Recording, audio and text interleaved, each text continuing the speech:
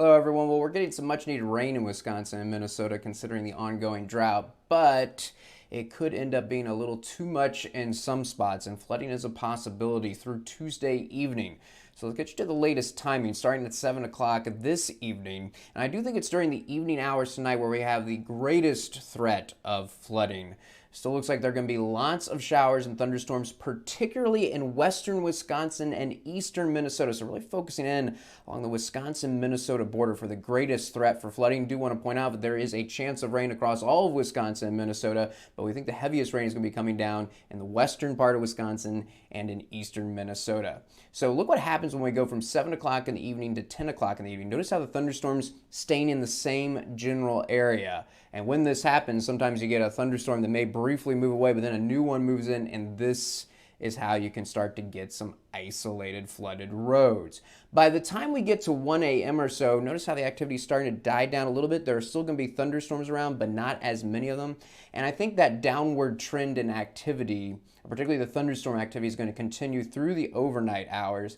That said, we're now looking at tomorrow morning's commute, 8 a.m. And though I think it's mostly going to be showers, I do expect some thunderstorms in spots. So some may encounter some heavy rain, particularly looks like across southern Wisconsin for the morning commute. I do think in general, though, the morning is going to be a little bit quieter compared to the afternoon.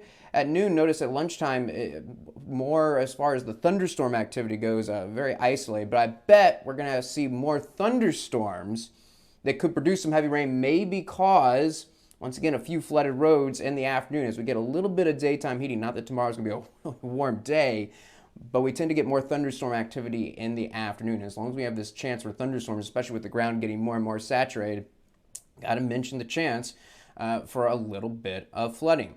As we get into the evening hours, I think once again what we're going to see is a downtrend in the activity.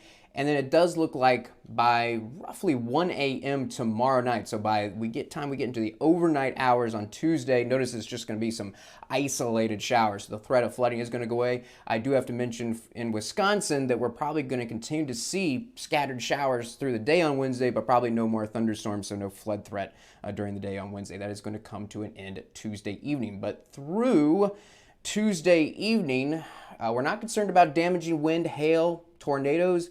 But flooding, yes, is a possibility. Now, we're not talking about widespread flooding. But isolated flooding, yes, because most folks in Wisconsin and Minnesota are going to see around an inch of rain. So helpful, beneficial rain, considering the drought. But what we do expect in spots is 3 to 4 inches. That will not be common, but it will occur in spots. And where that does occur, especially if it's a low-lying or poorly drained location, that's where we could see some flooded roads. And what we want to highlight on this map is, yes, flooding a possibility anywhere in the green or yellow, but particularly in the yellows where we have the best chance of possibly seeing some flooded roads. So Winona, La Crosse, Chippewa Falls, really focused along the Wisconsin-Minnesota border. And I will say, though it's a possibility through Tuesday evening, most concerned about what we're going to see tonight and those thunderstorms hanging out in the same spot for an extended amount of time.